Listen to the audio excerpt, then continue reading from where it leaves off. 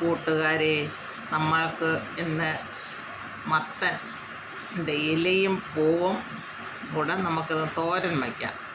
മത്തൻ്റെ ഇലയും പൂവും, പൂവാണ് ഞാൻ എടുക്കുന്നത്. പൂവ് നല്ല പോഷക ഗുണമുള്ളതാണ് ഈ മത്തൻ്റെ പൂവ്. ഈ കൊറോണ സമയത്ത് അന്ന് ഒരു ഡോക്ടറാണ് പറഞ്ഞത്, ഈ പനി വന്നിട്ട് കൗണ്ടും കുറഞ്ഞു, പനിയും വന്ന് കൗണ്ടും ഒക്കെ കുറഞ്ഞപ്പം പറഞ്ഞു ഇല ഈ മത്തൻ്റെ മഞ്ഞ പൂവൊക്കെ ഉണ്ടെങ്കിൽ തോരൻ വെച്ച് കഴിക്കുക. അതിന് ശേഷം ഞാൻ ഇല തോരൻ വയ്ക്കുമ്പോഴത്രയും ഇതിൻ്റെയും കൂടെ പൂവ് കുറച്ച് തോരൻ വയ്ക്കും. വളരെ ഗുണമുള്ളതാണ്, നല്ലതാണ്. നമ്മൾ ഒന്നും രണ്ടും മൂടുകൾ ഇങ്ങനെ മത്തൻ നട്ടിട്ടിരുന്ന നമ്മുടെ ആവശ്യത്തിനുള്ള കറി വയ്ക്കാനുള്ള ഇലയും പൂവും എല്ലാം കിട്ടും.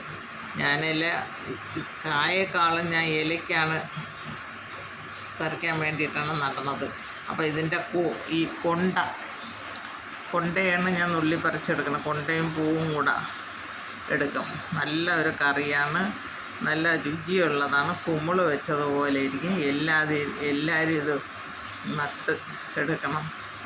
ഇത്രയും പൂവും ഇലയും കൂടെ ഞാൻ എടുത്ത് ഇനി ഇതിനെ നമുക്ക് പൊടിപ്പൊടിയാന്ന് അരിഞ്ഞെടുക്കണം. അരിഞ്ഞ് തോരൻ വയ്ക്കും. നമ്മൾ എല്ലാ തോരനും വയ്ക്കും പോലെ തന്നെയാണ് ഇതിൻ്റെയും നമ്മൾ തോരൻ വയ്ക്കുന്നത്.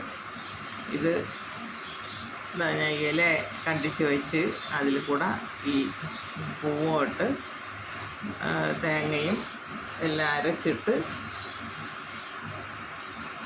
തോരനായിട്ട്, നമ്മൾ തോരൻ എങ്ങനെയാണോ വയ്ക്കുന്നത് അതുപോലെ തന്നെയാണ് ഇതും വയ്ക്കുന്നത്.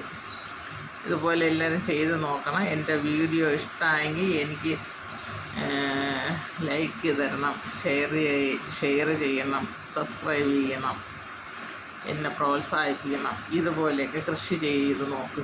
അടിപൊളിയായി തോരൻ